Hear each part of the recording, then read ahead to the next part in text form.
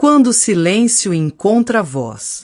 Contava apenas 8 primaveras quando meu universo desmoronou completamente. 8 anos, aquela idade mágica em que ainda confundimos bonecas com sonhos reais e acreditamos que o abraço materno pode sanar qualquer ferida do mundo. Era uma manhã fria típica do outono gaúcho. O firmamento parecia um imenso cobertor desbotado pelo tempo. Recordo-me do aroma do pão dourando na chapa, do mugido distante do gado e da voz doce da minha mãe chamando a todos para dentro, alertando que o sereno já começava a cair. Antes de prosseguir com minha jornada, gostaria de fazer um pequeno pedido. Se puder, clique no botão de inscrição aqui no canal, sim? Dessa forma, você não perderá nenhuma das narrativas que compartilhamos com tanto afeto. Quem sabe, em alguma delas, você também encontra um fragmento da sua própria história. Minha mãe atendia pelo nome de Beatriz. Possuía mãos determinadas e um olhar que, mesmo exausto, transmitia uma ternura incomparável. Cuidava da residência, da horta, dos filhos, de absolutamente tudo. Sem pronunciar muitas palavras, bastava um simples toque seu para nos transmitir segurança. Quanto ao meu pai, Roberto, tratava-se de um homem econômico em palavras, porém rico em calos. Iniciava seu trabalho na lavoura antes mesmo do sol despontar e só repousava após certificar-se de que tudo estava em perfeita ordem. Nunca foi de demonstrações fáceis de carinho, mas compreendíamos que seu amor se manifestava através do silêncio cheio de significado. A existência naquela época apresentava suas dificuldades, mas seguia um ritmo próprio. Acordar ao alvorecer, auxiliar nas tarefas diárias, percorrer um longo caminho até a escola com os pés descalços. Não possuíamos muito, mas tínhamos o fundamental: pão fresco, afeto sincero e a presença constante da mãe. E isso nos contentava plenamente. Até que deixou de ser suficiente. Naquela manhã específica, minha mãe despertou extremamente pálida, com suor frio e uma tosse que parecia dilacerar seu peito. O pai, demonstrando uma rara expressão de preocupação, acolheu-a em seus braços, montou em seu cavalo e partiu rapidamente em direção ao hospital mais próximo, localizado a aproximadamente 2 horas de distância. Permanecemos em casa, eu e meus 2 irmãos menores, aguardando notícias com o coração apertado. Tome conta dos seus irmãos, Helena, disse-lhe antes de partir. E assim fiz. Como se naquele momento algo dentro de mim já soubesse que precisaria amadurecer prematuramente. Foi nesse mesmo dia que vovô Francisco apareceu em nossa casa. Era o genitor do meu pai, residia nas proximidades, numa propriedade mais afastada. Homem conhecido na comunidade, presença constante nas celebrações religiosas, sempre com um chapéu escuro cobrindo parcialmente seu semblante e um forte odor de tabaco impregnado em suas roupas. Ao chegar, afirmou ter vindo verificar como estavam as crianças, mas nunca apreciei a maneira como se dirigia a mim. Suas palavras sempre soavam carregadas, como se arrastassem consigo um segredo inconfessável. Não sei explicar exatamente. Apenas sei que meu estômago embrulhava quando ele se aproximava demasiadamente. Passamos aquele dia em silêncio, os meninos entretidos com brincadeiras no chão da cozinha enquanto eu lavava alguns utensílios conforme minha mãe havia me ensinado. Vovô Francisco permanecia calado, apenas observando. Ao final da tarde, recebemos a notícia devastadora. Mamãe não havia resistido. Pneumonia, disseram. Não compreendi completamente o significado, mas entendi o essencial. Ela jamais retournaria. Nossa residência transformou-se num espaço de silêncio absoluto. O sussurro do vento penetrando pelas frestas das janelas tornou-se o único ruído perceptível. Meus irmãos choraram até adormecerem, enquanto eu permaneci sentada, agarrando firmemente a borda do avental dela, como se esse gesto pudesse trazê-la de volta. Mas não trouxe.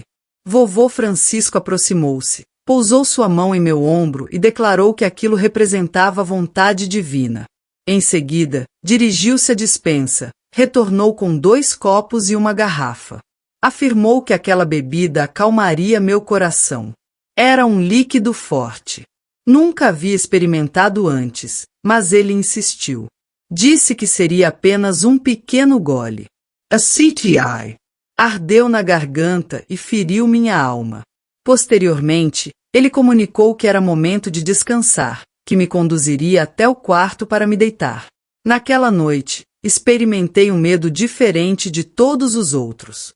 Não era temor de criaturas imaginárias ou de tempestades. Era um receio silencioso que se infiltra lentamente e se esconde nas profundezas do ser.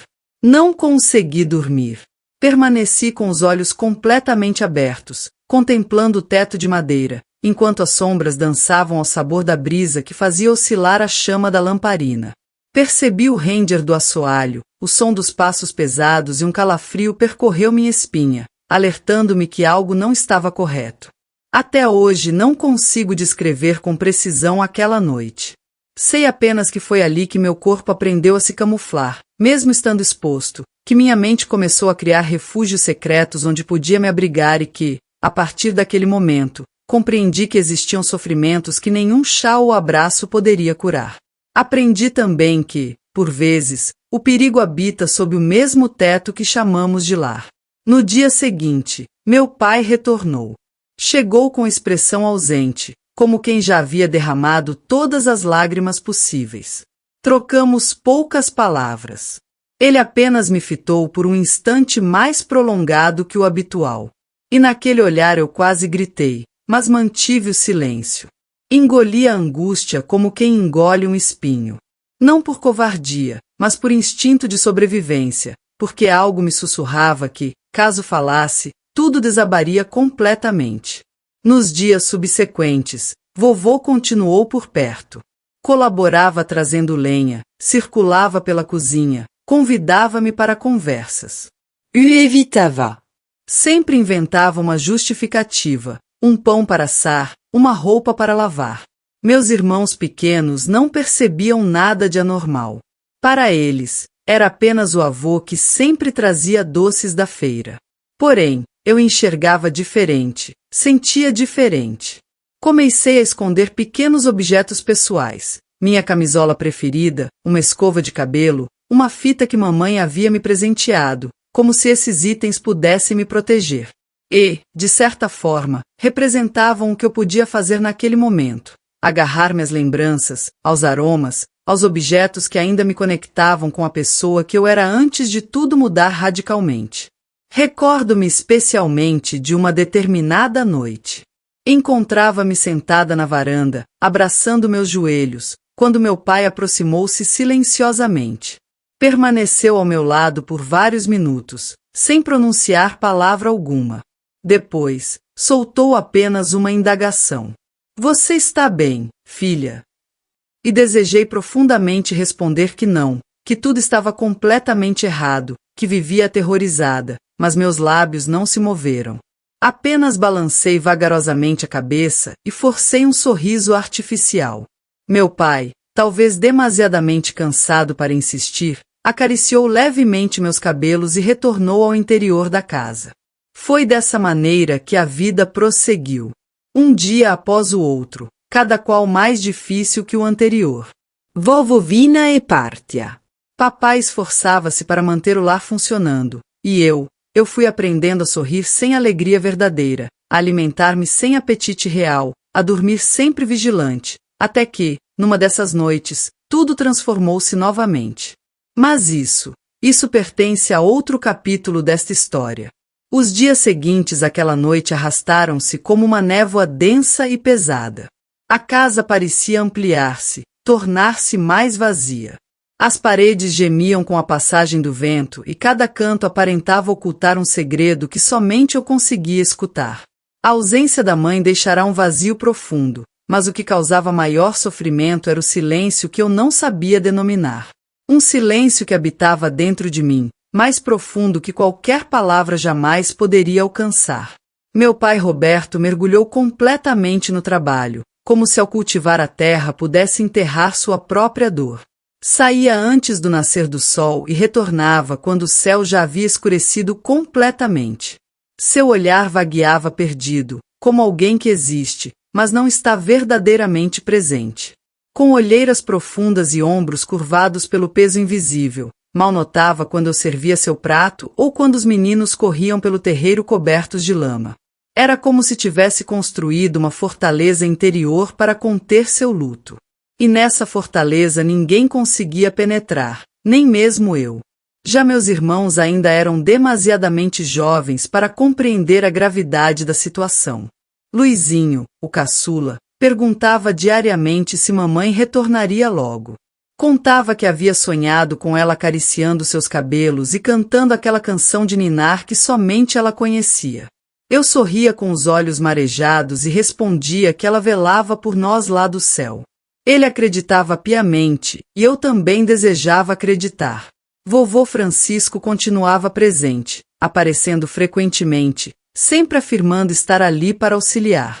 Trazia batatas, lenha, frutas da roça, mas a maneira como me observava causava-me grande desconforto. Era como se soubesse que eu sabia. E, de certa forma, eu sentia que ele também tinha consciência de que eu jamais falaria nada, pelo menos não naquele momento. Comecei a modificar meus hábitos. Dormia com a porta encostada, empurrava a comoda contra ela, mesmo sabendo que essa medida seria insuficiente. Inventava desculpas para não permanecer sozinha em casa. Oferecia-me para ir ao armazém, buscar água no poço, qualquer atividade que me mantivesse distante do avô. Passei a utilizar vestimentas mais largas, escondendo-me dentro delas como quem busca proteção contra o mundo exterior. O corpo sentia essa necessidade, a alma também. Eu contava apenas 8 anos, mas carregava um sentimento de culpa que não me pertencia legitimamente. Culpava-me por não ter impedido, por não ter gritado, por não ter relatado nada ao papai. Mas como revelar? Quais palavras utilizar para expressar aquilo sem destruir completamente tudo ao redor? Eu era apenas uma menina tentando sobreviver com os recursos disponíveis. Silêncio, dissimulação e fé. Houve um dia específico que ficou eternamente gravado em minha memória. Era domingo e comparecemos à missa. A primeira vez desde o sepultamento da mamãe. A igreja estava lotada. O aroma das velas mesclava-se com o perfume das senhoras, o som do sino ecoava pela serra. Quando adentramos o recinto, todos nos observavam com uma mistura de compaixão e respeito. Família sussurrando, crianças encarando-nos com curiosidade. Sentei-me entre meu pai e o avô. Minhas mãos transpiravam frio. O sacerdote discursou sobre sofrimento, perdas, sobre como o Criador concede as batalhas mais árduas aos seus soldados mais valorosos. E eu apenas desejava gritar que não representava soldado algum, que era somente uma criança exausta. Quando chegou o momento da comunhão, não consegui levantar-me. Papai lançou-me um olhar preocupado. Abaixei a cabeça, envergonhada. Não era apenas constrangimento. Sentia-me internamente impura, como se até mesmo Deus houvesse desviado seu olhar de mim. No retorno para casa, vovô caminhava atrás de mim. Senti seu olhar queimando minhas costas. Quando atravessamos uma trilha mais deserta, ele aproximou-se e falou em voz baixa. Você compreende que isso permanece sendo nosso segredo, não é? Seu pai já carrega tristeza demais. Aquelas palavras aderiram à minha pele como lama após a chuva. Apenas acelerei o passo sem olhar para trás, não por concordar, mas por desconhecer a maneira correta de reagir. Naquela noite, decidi que precisava proteger-me de alguma forma. Dirigi-me ao quarto da minha mãe. Abri o guarda-roupa onde ainda permaneciam penduradas algumas peças de roupa com o aroma reconfortante dela. Encontrei uma caixinha de madeira guardada no alto, onde ela conservava seus tesouros, fotografias, correspondências antigas, um rosário com contas parcialmente danificadas. Peguei o rosário, amarrei em meu pulso e prometi a mim mesma que sempre que ele se aproximasse, eu pensaria na minha mãe, na força que ela representava, no amor que nos unia, e que isso me proporcionaria coragem. Não sei precisar se foi esse objeto que me auxiliou, mas os dias subsequentes tornaram-se mais suportáveis.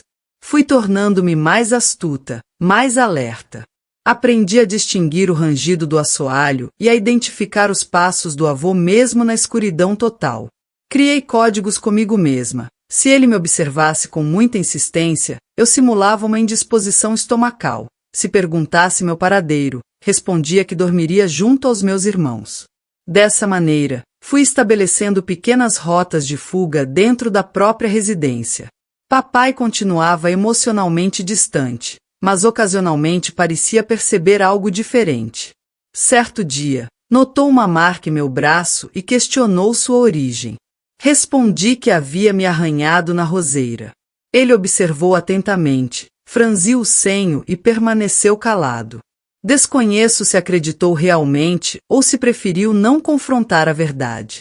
Foi também nesse período que tia Marta começou a visitar-nos com maior frequência. Irmã da minha mãe, residia na cidade, mas comparecia sempre que possível. Era uma mulher determinada, de olhar firme e voz melodiosa. Quando chegava, trazia consigo bolo de fubá e livros infantis. Sentava-se comigo, penteava cuidadosamente meus cabelos, narrava histórias fascinantes. Ela representou o primeiro abraço verdadeiro que me fez sentir que ainda existia bondade genuína no mundo. Lembro-me de um dia específico em que ela fixou seus olhos nos meus e disse: Helena, se algum dia você sentir necessidade de compartilhar algo, qualquer coisa que seja, pode procurar-me. Absolutamente qualquer coisa, entendeu? Por um breve instante, meu coração desejou intensamente revelar tudo, mas a garganta constringiu-se. O medo prevaleceu novamente. Apenas consenti com um movimento de cabeça, mas aquelas palavras plantaram uma semente de esperança em meu interior. Naquela época, minha rotina diária consistia em encontrar pequenos esconderijos, debaixo da cama, atrás das cortinas, dentro da própria imaginação. Frequentemente fechava os olhos e fantasiava que minha mãe retornava, segurava delicadamente minha mão e assegurava que tudo estaria bem, que ninguém mais causaria sofrimento, que o sol voltaria a brilhar em nossa existência. Contudo, a realidade apresentava-se completamente diferente. A noite continuava representando meu pior adversário, e o medo, meu constante companheiro. Foi numa dessas noites que ocorreu algo que transformou definitivamente todo o curso da minha vida. Porém, isso pertence à próxima parte desta narrativa. As semanas transformaram-se em meses, e o tempo que anteriormente transcorria no ritmo despreocupado da infância agora avançava com o peso da maturidade. Aquele período da minha existência converteu-se num aglomerado de dias extremamente semelhantes, como se eu estivesse percorrendo eternamente círculos dentro de um labirinto visível somente para mim. O semblante da minha mãe ainda visitava meus sonhos, porém não representava mais uma fonte de consolo, e sim um lembrete constante de que o amor que me protegia não se encontrava mais presente neste plano. Vovô Francisco continuava frequentando nossa residência como se constituísse parte do mobiliário. Aparecia quase diariamente com justificativas triviais: lenha molhada, uma plantação para examinar, alguma assistência para oferecer ao meu pai. Quando ele chegava, minha pele gelava antes mesmo de ouvir seus passos se aproximando. Era como se meu corpo tivesse desenvolvido a capacidade de perceber o perigo antes mesmo que a razão pudesse processá-lo. Com o decorrer do tempo, meus esconderijos deixaram de proporcionar segurança suficiente. Permanecia constantemente alerta, inclusive nos momentos destinados ao descanso. Papai, embora mais presente que anteriormente, continuava submerso numa espécie de dor silenciosa. Observava-me com maior frequência, notava minha palidez, minhas ausências mentais, mas raramente questionava. Às vezes aparentava estar pronto para escutar, outras vezes, excessivamente cansado para enfrentar mais uma perda, ainda que emocional. Era como se intuísse algo, mas não conseguisse nomear precisamente. E o receio de encarar o possível significado fazia-o recuar. Foi numa tarde abafada de janeiro que aconteceu o primeiro confronto. Estávamos colhendo feijão no quintal quando Luizinho, meu irmão mais novo, caiu e feriu o joelho. Chorava desesperadamente, com sangue escorrendo pela perna. Corri em sua direção e abracei-o, tentando acalmá-lo. Vovô Francisco, que se encontrava presente, comentou que aquilo não passava de uma bobagem, que meninos não sucumbem devido a arranhões insignificantes. Dominada pela indignação, rebati. Manifestei-me em voz alta pela primeira vez. Ele é apenas uma criança, vovô. Minha voz saiu embargada, porém firme. Ele fitou-me surpreso. Não era comum eu responder dessa maneira. Naquele instante, seu olhar modificou-se completamente. Não expressava mais desprezo ou ironia, mas uma ameaça velada, como alguém que percebe que o controle escapa gradualmente por entre os dedos.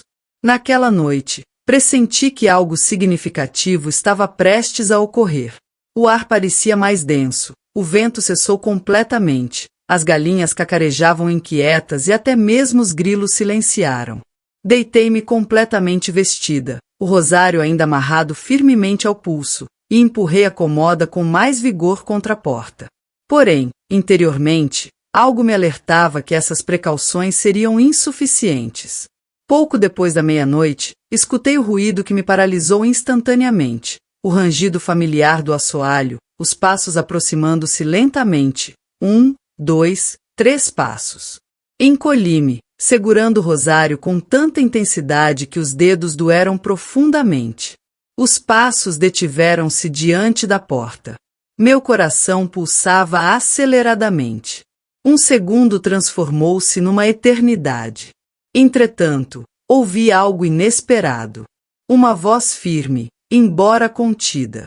Era meu pai. Francisco, o que está fazendo aqui a esta hora? Não houve resposta imediata. O silêncio gritou entre as paredes. Em seguida, escutei o som da porta do meu quarto sendo forçada pelo lado externo. A comoda estremeceu ligeiramente e então, mais intensamente, o barulho de algo pesado sendo derrubado no assoalho. Papai entrou rapidamente em meu quarto, posicionando-se à minha frente como um escudo protetor. A luz trêmula da lamparina oscilava. Vovô permanecia parado na entrada, com uma expressão que tentava simular inocência. Entretanto, o sobressalto traía completamente. Papai olhou-me atentamente, depois dirigiu seu olhar para ele. Ninguém pronunciou palavra alguma, apenas os olhares comunicavam-se silenciosamente. Vovô, num tom glacial, alegou ter escutado um ruído suspeito e vindo verificar se tudo estava em ordem. Meu pai não respondeu verbalmente, mas seus punhos cerrados e seu peito ofegante denunciavam sua indignação interior. Algo dentro dele fervilhava intensamente. Ele solicitou que vovô se retirasse imediatamente, mas o idoso recusou-se, tentando impor sua autoridade, como sempre fazia. Foi então que o impensável aconteceu. Não recordo todos os detalhes com absoluta clareza. Lembro-me de um empurrão violento, um grito abafado, a mão do meu pai no peito do avô, um tropeço inesperado, um impacto seco contra a quina do fogão de ferro fundido. O som que se seguiu foi o de um corpo desabando pesadamente no chão, rápido, seco, definitivo. Vovô não se moveu mais. Papai permaneceu estático, olhos fixos, semblante pálido como cera. Sua respiração vinha em ondas irregulares, como se tivesse corrido uma maratona extenuante. Eu não conseguia me movimentar. Minhas pernas tremiam tão intensamente que pareciam prestes a separar-se do corpo. Meus irmãos despertaram com estrondo, assustados, e vieram correndo até a cozinha. Viram o corpo imóvel no chão, viram papai ajoelhado ao lado e me viram ali, paralisada, sem palavras, com o rosto banhado em lágrimas que eu nem percebera estarem escorrendo. Foi um acidente, disse papai com voz trêmula. Ele caiu. Permanecemos em silêncio absoluto. E esse silêncio, diferente de todos os anteriores, possuía outro peso, outra densidade. Era o silêncio de quem presencia algo demasiadamente grandioso para compreender plenamente. Era o pacto não verbalizado de que aquele acontecimento jamais ultrapassaria aquelas paredes. Na manhã seguinte, o corpo do avô foi removido como se tivesse sido uma fatalidade comum. A comunidade acreditou na versão apresentada. Tratava-se de um homem idoso que poderia facilmente ter tropeçado acidentalmente. O pároco celebrou a missa de 7º dia. Alguns vizinhos cochicharam discretamente, mas nada que levantasse suspeitas significativas. A vida, como sempre ocorre, seguiu seu curso natural. Poucos dias depois, tia Marta visitou-nos. Comunicou que havia conversado detalhadamente com meu pai e que desejava levar-nos para a cidade, pelo menos temporariamente. Afirmou que seria benéfico para as crianças, especialmente para mim. Papai concordou prontamente. E foi assim que, com uma pequena mala contendo algumas roupas e um coração repleto de cicatrizes recentes, deixamos definitivamente a casa onde tudo havia começado. A cidade apresentava-se completamente diferente. As ruas possuíam calçamento, as residências encontravam-se mais próximas umas das outras, havia ruído constante de automóveis, aroma tentador proveniente das padarias. Fomos recebidos por Marta com um abraço prolongado, que parecia não querer soltar-nos jamais. Pela primeira vez em muito tempo, senti que podia respirar livremente. Na nova residência, tive meu próprio quarto com uma janela voltada para um jardim florido e uma colcha estampada com motivos primaveris. Tia Marta tratava-me com delicadeza, porém sem transmitir pena. Atribuía-me tarefas, responsabilidades, mas também proporcionava carinho sincero. E era exatamente disso que eu necessitava naquele momento. Um ambiente estável, afeto sem questionamentos, um espaço onde pudesse gradualmente voltar a vivenciar a infância. Meu pai permaneceu conosco por algum tempo. Auxiliava com os meninos, trabalhava na oficina de um parente distante. Posteriormente, retornou ao interior, onde ainda possuía terras para administrar. Prometeu que nos visitaria regularmente e cumpriu fielmente essa promessa. Sempre que possível, vinha passar alguns dias conosco, mas jamais mencionou aquela noite fatídica. Nem eu.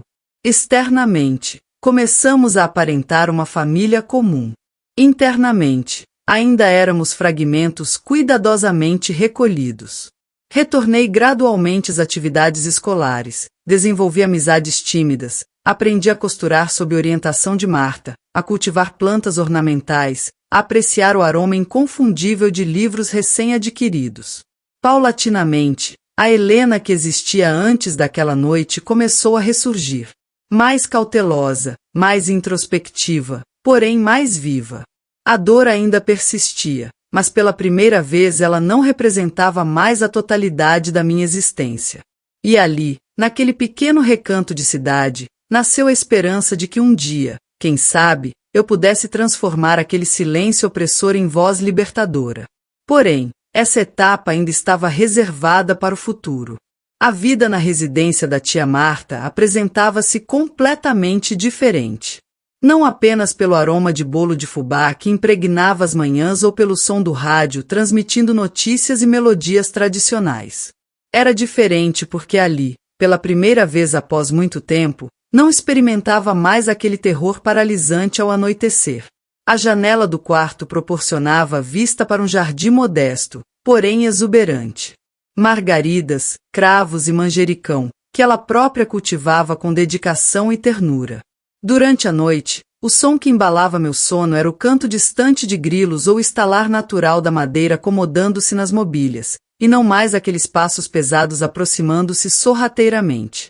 Entretanto, mesmo distante da antiga residência, mesmo sem a presença ameaçadora do avô, o que permaneceu em mim não foi meramente sua ausência física, mas um peso emocional, uma sensação constante de perseguição interna, mesmo quando o corpo experimentava relativa tranquilidade. Um medo que já não possuía nome específico, mas ainda manifestava forma concreta.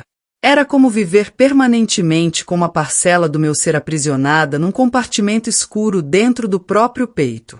Na escola nova, sentia-me como alguém que observa a vida através de uma janela, sem participar plenamente. As outras crianças gargalhavam ruidosamente, corriam livremente pelo pátio, inventavam brincadeiras inovadoras. Eu participava, mas sempre parcialmente, como uma espectadora que ocasionalmente interage. Os educadores elogiavam minha educação exemplar, minha serenidade, minha disciplina irrepreensível, mas nenhum deles percebia que aquelas características não representavam virtudes naturais, mas mecanismos de autodefesa. Obedecia rigorosamente para não atrair atenção desnecessária. Sorria com extrema cautela, como alguém que receia ser excessivamente notada. Tia Marta, entretanto, percebia essas nuances. Jamais questionou diretamente, mas mantinha-se constantemente próxima. Observava-me com aquele olhar que comunica mais que qualquer palavra e, ocasionalmente, sentava-se na beira da minha cama apenas para pentear carinhosamente meus cabelos em silêncio absoluto.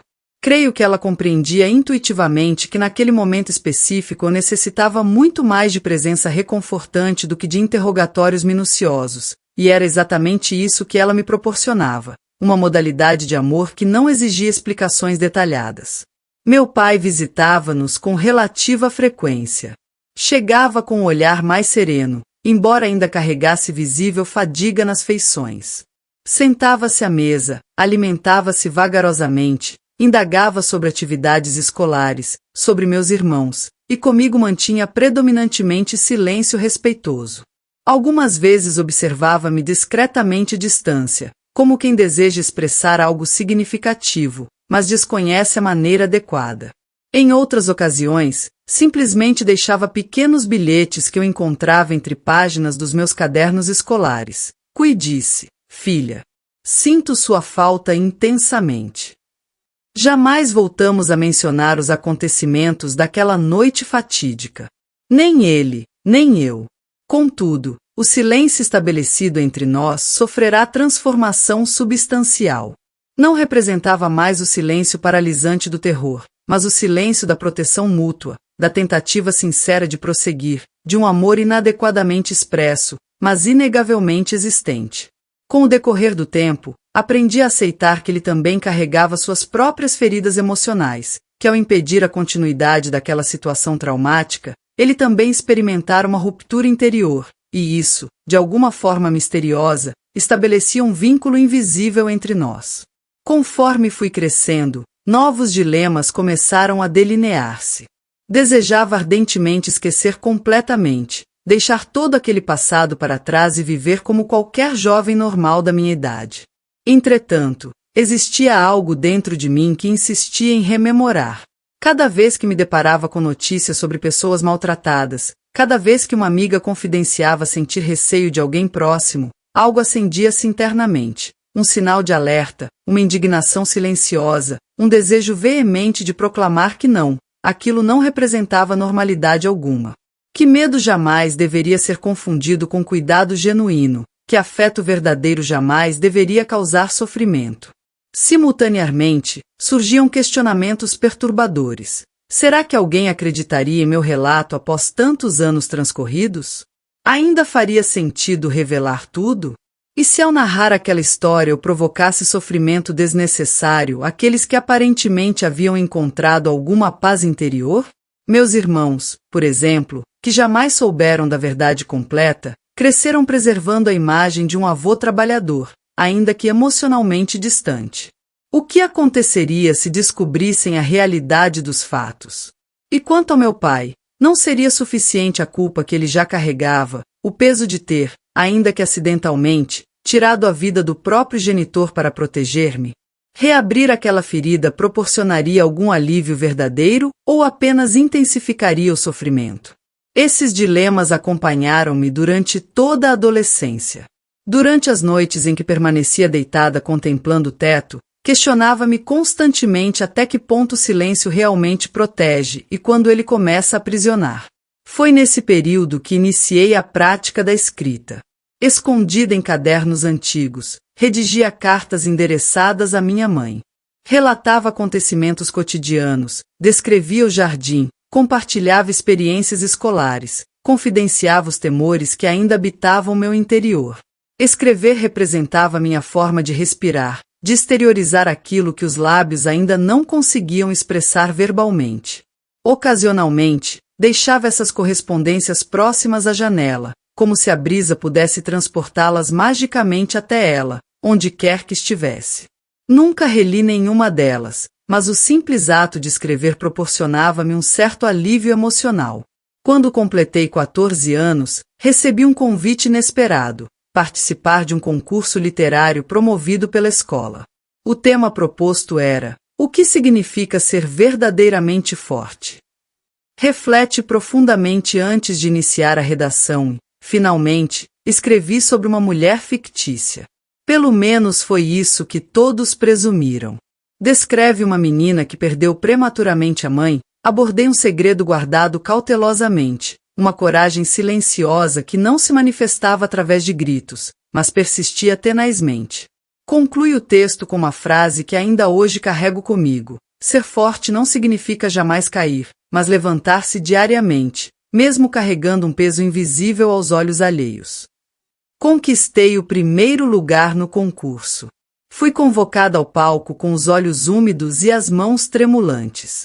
Ao meu lado, tia Marta aplaudia emocionada, com os olhos igualmente marejados. Naquele momento significativo, compreendi algo fundamental. Eu ainda não me encontrava preparada para compartilhar minha história com o mundo, mas já não me sentia mais absolutamente sozinha dentro dela. Gradualmente, fui descobrindo espaços seguros. Uma professora que transformou-se em amiga verdadeira, um colega de classe que falava pouco, mas escutava atentamente, e, principalmente, fui construindo internamente uma certeza inabalável. O que havia acontecido comigo não me definia completamente, constituía parte da minha história, indubitavelmente, mas não representava a totalidade do meu ser. Mesmo assim, a dúvida persistia obstinadamente. Deveria revelar tudo um dia? Quando seria o momento apropriado e para quem? Essas indagações acompanharam-me até a juventude. E cada passo que dava, cada escolha realizada, cada relacionamento desenvolvido era inevitavelmente atravessado por essa herança invisível. Aprendi a confiar gradualmente, a amar com prudência, a recusar com determinação. E, acima de tudo, compreendi que silêncio não equivale necessariamente à paz interior. Representa apenas o que escolhemos temporariamente até desenvolvermos coragem suficiente para pronunciar a verdade. Essa coragem ainda não havia se manifestado plenamente, mas crescia silenciosamente, disfarçada em palavras escritas, pequenos gestos significativos, afetos autênticos. E um dia ela floresceria completamente, mas isso ainda estava reservado para o futuro. A existência prosseguiu, como invariavelmente acontece. Mesmo quando julgamos não suportar mais, mesmo quando o passado parece ter deixado cicatrizes permanentes. Os anos transcorreram velozmente, como folhas secas transportadas pela ventania outonal e, durante esse período, muitas transformações ocorreram. Cresci, graduei-me, tornei-me educadora, ministrei aulas para crianças que, assim como eu havia sido, chegavam à sala de aula carregando mais interrogações no olhar do que palavras nos lábios. Reconhecia aqueles olhares característicos, sabia identificar quando o silêncio de um estudante ocultava algo mais profundo que simples timidez. E talvez por essa razão, sempre demonstrei maior paciência que a maioria dos educadores. Proporcionava espaço, escuta atenta, tempo necessário. Casei-me com Eduardo aos 27 anos, um homem excepcional, daqueles raramente encontrados. Médico dedicado no posto de saúde local, possuía mãos firmes e olhar compreensivo. Jamais questionou além do que eu estava preparada para responder. Nunca apressou meu processo emocional. Foi introduzindo-se gradualmente em minha existência, com extremo cuidado, como alguém que atravessa cautelosamente um terreno repleto de fragmentos cortantes, consciente de que o amor verdadeiro ocasionalmente necessita manifestar-se através de gestos delicados. Com ele conheci outra modalidade de afeto, um que não invade espaços pessoais, que não impõe exigências, que não pretende anular completamente a dor, mas a respeita profundamente. Nossa cerimônia matrimonial foi simples, porém repleta de significado autêntico. E com o passar do tempo, nasceram nossos filhos, 3 no total, 2 meninas e um menino. Com eles, renasceu em mim uma espécie de esperança que julgava ter perdido definitivamente. Criá-los representou simultaneamente um desafio significativo e uma cura progressiva. Transmiti todos os ensinamentos que havia assimilado, mas também aprendi enormemente com eles, a sorrir novamente com espontaneidade, a confiar na sinceridade dos abraços, a acreditar que o mundo poderia transformar-se positivamente, mesmo que minimamente, dentro dos limites do nosso lar. Foi minha filha intermediária, Renata, quem mais me instruiu sobre coragem verdadeira. Desde tenra idade demonstrava inquietação intelectual, questionava absolutamente tudo, confrontava injustiças com determinação admirável. Desenvolveu-se com um senso de justiça que simultaneamente comovia-me e surpreendia-me. Foi ela quem decidiu cursar direito. Desejava ardentemente defender mulheres vulneráveis, combater situações abusivas, contribuir para a criação de legislação mais humanizada. Expressava esses ideais com uma convicção proveniente do mais profundo do seu ser. Mal sabia ela que estava, inconscientemente, atribuindo nome e propósito à minha própria história. Observei Renata discursando eloquentemente em conferências, organizando grupos de discussão, visitando instituições de acolhimento, auxiliando jovens em situações de vulnerabilidade. E cada vez que ela manifestava-se publicamente, sentia algo interno despertar. Uma parcela adormecida que começava timidamente a acordar. Era como se minha história pessoal, aquela que havia mantido cuidadosamente guardada durante tantos anos, tivesse gerado uma filha que combatia precisamente contra aquilo que eu havia experimentado, sem sequer imaginar. Sem perceber conscientemente, talvez exatamente por isso, com tanta autenticidade. Porém, o tempo inexoravelmente avança e cobra seu preço. O corpo envelhece, os filhos tornam-se independentes, os netos chegam alegremente, repentinamente. Despertamos compreendendo que não desejamos partir deste mundo carregando ainda uma parcela significativa de nós mesmos escondida nas sombras. Foi exatamente assim comigo. Aos 70 e poucos anos, após perder Eduardo para um acidente vascular cerebral inesperado, encontrei-me habitando uma residência espaçosa, com um quintal florido e uma memória repleta de acontecimentos jamais verbalizados. Não se tratava propriamente de arrependimento, mas de necessidade essencial. Não desejava mais carregar aquele silêncio opressor, não por mim exclusivamente, mas por todas as outras vítimas silenciosas, pelas meninas que ainda vivem aterrorizadas, pelas mulheres jamais ouvidas adequadamente, pelas vozes que ainda tremem ao simplesmente recordar. Foi Renata quem me convidou para participar de um encontro de mulheres na comunidade local. Uma roda de conversa despretensiosa realizada no salão paroquial, com café recém-preparado, bolo de fubá caseiro e cadeiras dispostas em formato circular. Ela argumentou. Será benéfico, mamãe. Você sempre demonstrou ter tanto para compartilhar. Pode ser uma experiência leve, pode ser algo bonito. Sorri discretamente sem expressar concordância ou recusa, mas compareci ao evento. Ao chegar, deparei-me com semblantes femininos de diversas faixas etárias. Senhoras como eu, jovens mães com crianças no colo, adolescentes de olhar atento e questionador.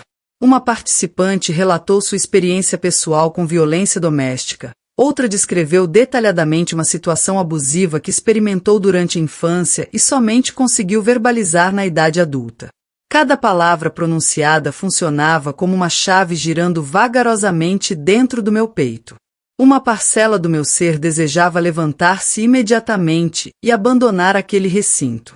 Outra parte insistia em permanecer, escutar atentamente cada relato, talvez até mesmo manifestar-se verbalmente. Quando chegou minha vez de expressar-me, Renata dirigiu-me um olhar afetuoso, daqueles que comunicam silenciosamente. Pronuncie apenas o que desejar, no seu próprio ritmo. Respirei profundamente. Contemplei minhas mãos enrugadas repousando sobre o colo. Posteriormente, elevei o olhar e, pela primeira vez, permiti que minha voz emergisse livremente. Nunca compartilhei isto com absolutamente ninguém, nem mesmo com meus familiares, nem com meus próprios filhos. Entretanto, hoje, considero que não posso mais partir deste mundo mantendo isto guardado eternamente. O salão silenciou-se completamente. Todos me observavam atentamente, e iniciei meu relato.